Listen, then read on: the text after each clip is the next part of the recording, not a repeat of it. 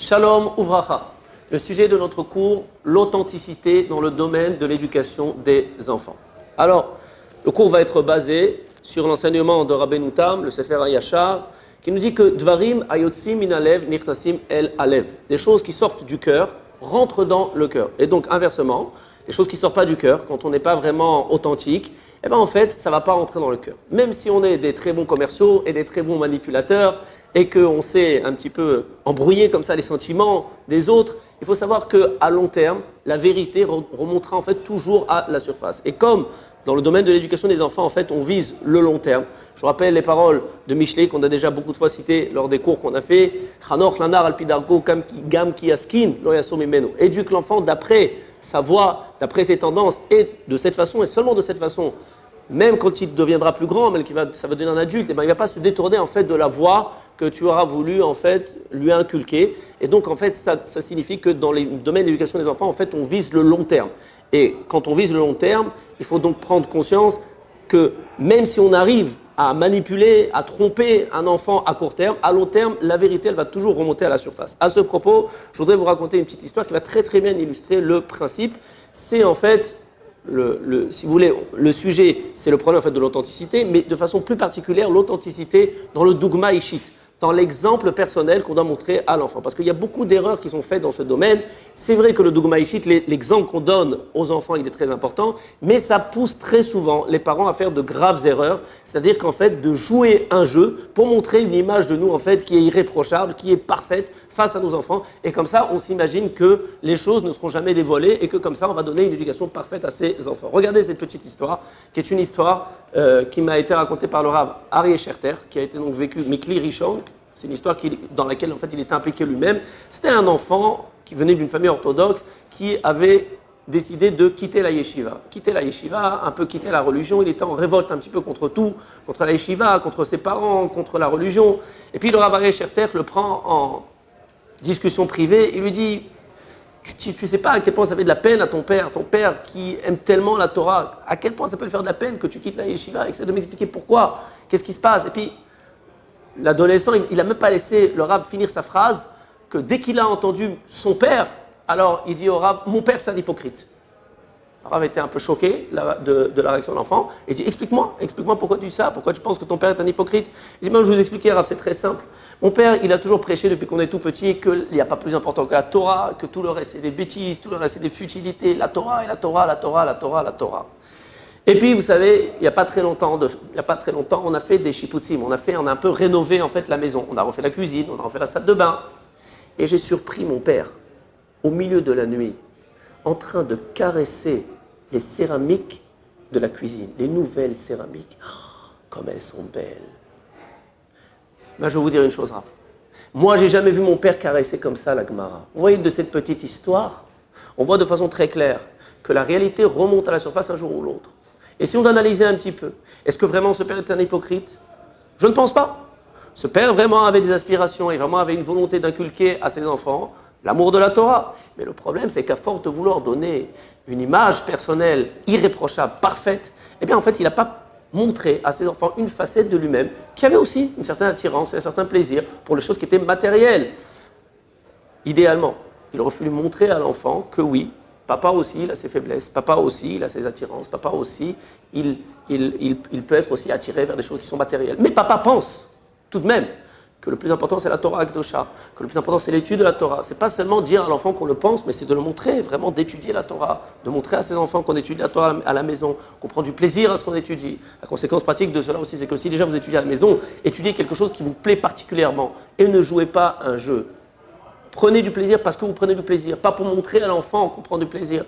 Mais papa aussi, il aime bien aussi les choses qui sont un petit peu matérielles, mais ensemble, on va essayer de travailler ensemble pour plus s'axer sur la Torah, pour plus s'axer vers des choses en fait qui sont essentielles. Comme ça, le message aurait été passé de façon qui est tout à fait parfaite.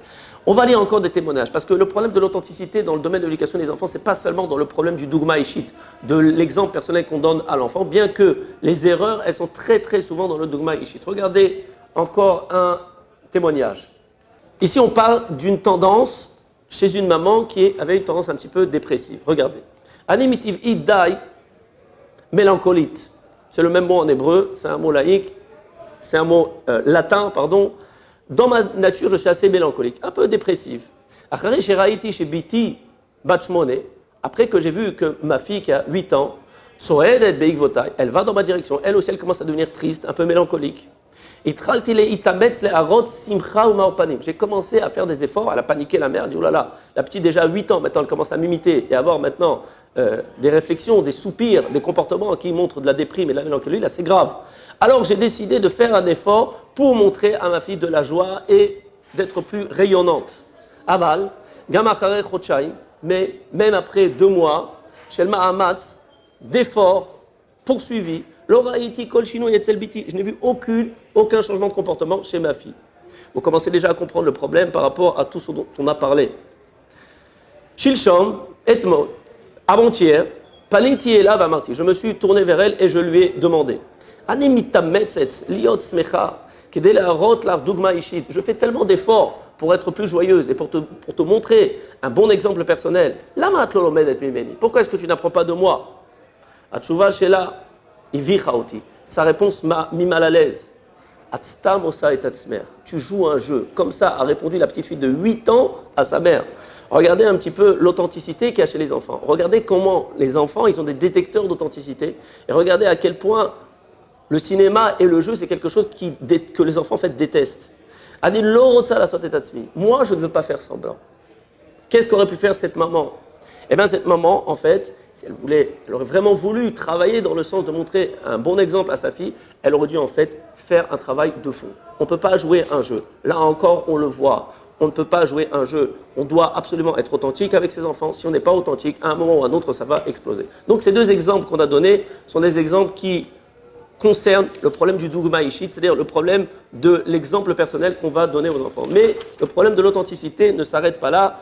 Le problème de l'authenticité va aussi être crucial, extrêmement important, lorsqu'on va parler de l'amour et de l'affection qu'on donne aux enfants. On va faire, Bezrat Hashem, une série de cours là-dessus. Ce n'est pas le leitmotiv, ce n'est pas le sujet principal aujourd'hui, mais je vous lis tout de suite un témoignage pour vous montrer à quel point, lorsque l'amour qui va être démontré à un enfant ne vient pas de façon spontanée, je dis bien ne vient pas de façon spontanée, parce que c'est évident que les parents aiment leurs enfants. Les parents qui n'arrivent pas à aimer leurs enfants, en réalité, c'est des personnes qui ne s'aiment pas elles-mêmes, mais une personne qui arrive un minimum à s'aimer elle-même, elle aime ses enfants, c'est tout à fait naturel. Le problème, il va être dans l'expression. Le problème, il va être dans l'authenticité de l'expression. Regardez ce témoignage. La Gilecha et Taemed, je vous prends un petit peu le témoignage au milieu parce que sinon ça va être trop long. Pour te dire la vérité, c'est un jeune homme qui écrit en fait, qui réagit, qui écrit en fait une lettre à un rave. Anemit Paleh Alecha, je suis étonné de toi, je suis étonné de ta réaction.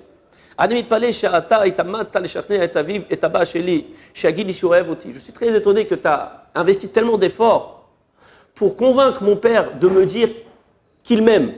Vous comprenez ici qu'on parle d'un problème, d'un père qui est venu avec son enfant, il y a des très très gros problèmes relationnels. En règle générale, si on cherche à éduquer dans la voie de la Torah, eh bien, quand l'enfant ne se sent pas aimé, il va repousser la Torah. Si on cherche à éduquer dans n'importe quelle valeur, vous allez voir que quand l'enfant ne se sent pas aimé, il va avoir tendance à repousser toutes ces valeurs. Donc ils arrivent chez le Rav, et le Rav remarque que le père ne démontre pas du tout d'amour et d'affection à son enfant.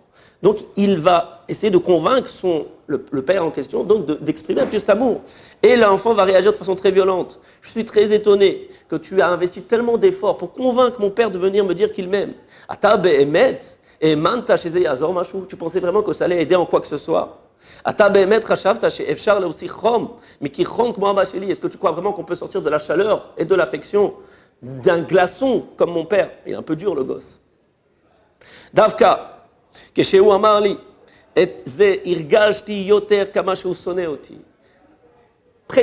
au moment où il m'a dit cela, où le père donc est venu, il a dit à son fils, je t'aime. Pas de façon authentique, parce qu'il a compris que c'était important de le dire. Le père n'a pas encore réussi à exprimer son sentiment. On peut très bien parler ici d'un père à Bota qui aime son enfant, c'est pas le problème. Mais dans l'expression de son sentiment, c'était pas encore quelque chose d'authentique. Et bien quand il m'a dit cela, témoigne, l'enfant, j'ai précisément senti à quel point il me détestait. Parce que lorsqu'il m'a dit ça, à part son visage, il était chamoutz, aigri, comme un lait qui avait tourné depuis 2 semaines. Comment chez Omer,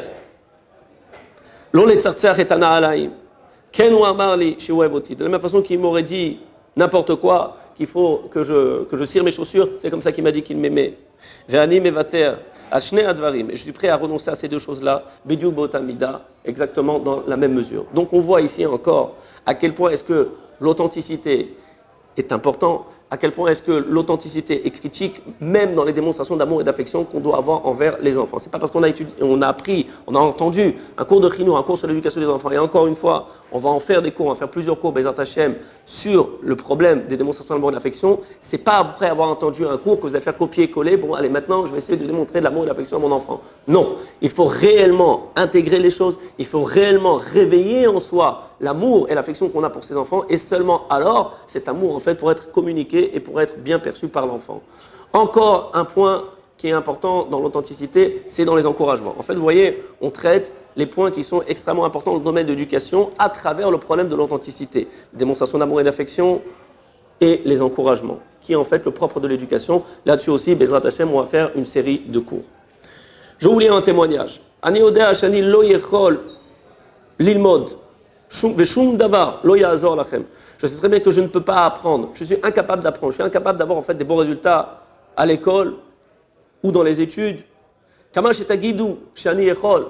vous allez me dire que je peux, comme on dit le dicton en français, quand tu peux, quand on veut, on peut, ce qui est tout à fait faux.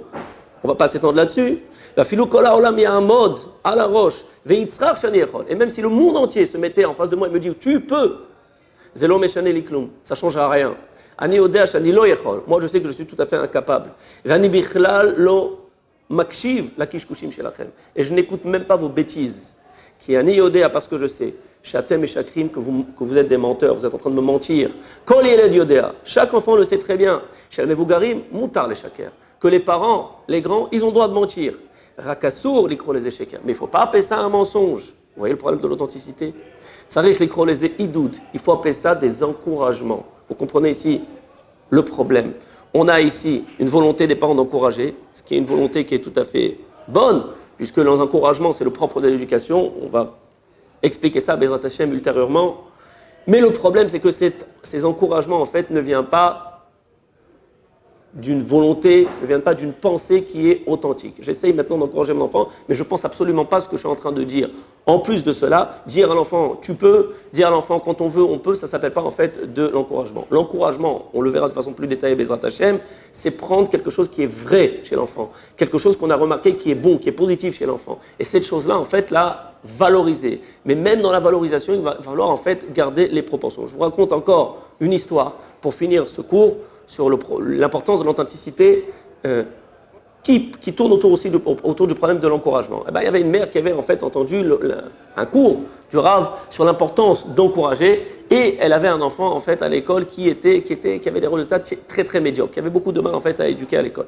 Et cette mère en fait, elle a fait un petit peu copier-coller sans vraiment être convaincue de ce qu'elle est en train de dire. Elle va voir l'enfant et elle va se mettre elle s'est mise en fait à le valoriser, mais de façon complètement disproportionnée et de façon complètement fausse, d'accord? À lui dire que c'était un génie, qu'il était extraordinaire, qu'il avait une intelligence phénoménale, etc., etc. Résultat des courses, le Rav vient dans cette école en question pour essayer en fait, de faire un petit peu de l'ordre et de voir quels sont les enfants qui auraient besoin maintenant d'aller dans des classes qui sont un petit peu plus spéciales et les enfants qui pourront rester en fait dans cette école. Et bon, il avait une liste de noms d'enfants qui étaient vraiment problématiques. On se demandait si c'était vraiment cet établissement qu'il leur fallait ou s'il leur fallait plus un chinuch miuchat, comme on dit en hébreu, vraiment quelque chose de plus spécialisé. Et puis, il voit un enfant qui se rapproche sur le côté. C'était l'enfant en question, en fait. Et puis, il lui dit « Je peux t'aider ?» L'enfant n'était pas sur la liste. L'enfant se rapproche du Rav et, rapidement, angoissé, dit au Rav « Kan bodkim yeladim efagrim ?» C'est ici qu'on vérifie les enfants qui ont un retard mental. Le Rav, bien sûr, qui avait compris qu'il y avait quelque chose qui se cachait derrière tout ça, qu'il y avait anguille sous roche, lui demande « Lama Tashoel, pourquoi tu poses la question ?» L'enfant lui dit parce que moi je pense que je suis concerné par le problème. L'enfant se sent complètement, l'enfant il se sent complètement retardé. Regardez ce qui s'est passé ici chez l'enfant. Les compliments de la mère, ils étaient disproportionnés, ils n'étaient pas authentiques. Ils venaient en fait d'une angoisse de la mère face à son enfant qui avait des problèmes d'études, qui avait des problèmes à l'école. Et bien en fait ce qu'elle va rayonner, c'est son angoisse. c'est pas les mots qu'elle va dire. Et l'enfant sait très bien, il n'est pas dupe, Rabotai. Un enfant qui a des difficultés, qui a des résultats médiocres à l'école, il sait très bien que c'est pas un génie. Il sait très bien que c'est pas quelqu'un qui a une intelligence hors du commun, même si ça peut être vrai. Si quoi qu'il arrive, la chose était véritable et que la mère en était convaincue, même si l'enfant avait eu des résultats médiocres à l'école, ça aurait pu marcher. On raconte comme ça sur la mère de Albert Einstein. Comme ça, on raconte qu'Albert Einstein, c'est un cancre à l'école, ça tout le monde le sait. Mais par contre, la deuxième partie de l'histoire que tout le monde ne sait pas forcément, c'est que sa mère était tout le temps en train de le valoriser. Mais attention, si ça a marché, et si pour finir, c'est devenu Albert Einstein, le fameux physicien qui a découvert les lois de la relativité, c'est que sa mère en était tout à fait convaincue. Parce que sa mère connaissait son enfant et savait très bien que le résultat qu'il avait à l'école, en fait, n'était pas représentatif de l'intelligence de son enfant. Là, dans ces cas-là, ça a marché, et là, dans ces cas-là, ça aurait marché. Donc voilà, Baruch Hashem, on a vu l'importance, dans un cours très très concentré, de l'authenticité dans le domaine de l'éducation des enfants, que ce soit dans l'exemple personnel qu'on va donner aux enfants, que ce soit lorsqu'on va venir encourager ses enfants, ou que ce soit lorsqu'on va venir pour donner des démonstrations d'amour et d'affection à son enfant. Baruch Adonai, l'Olam, Amen, et Amen.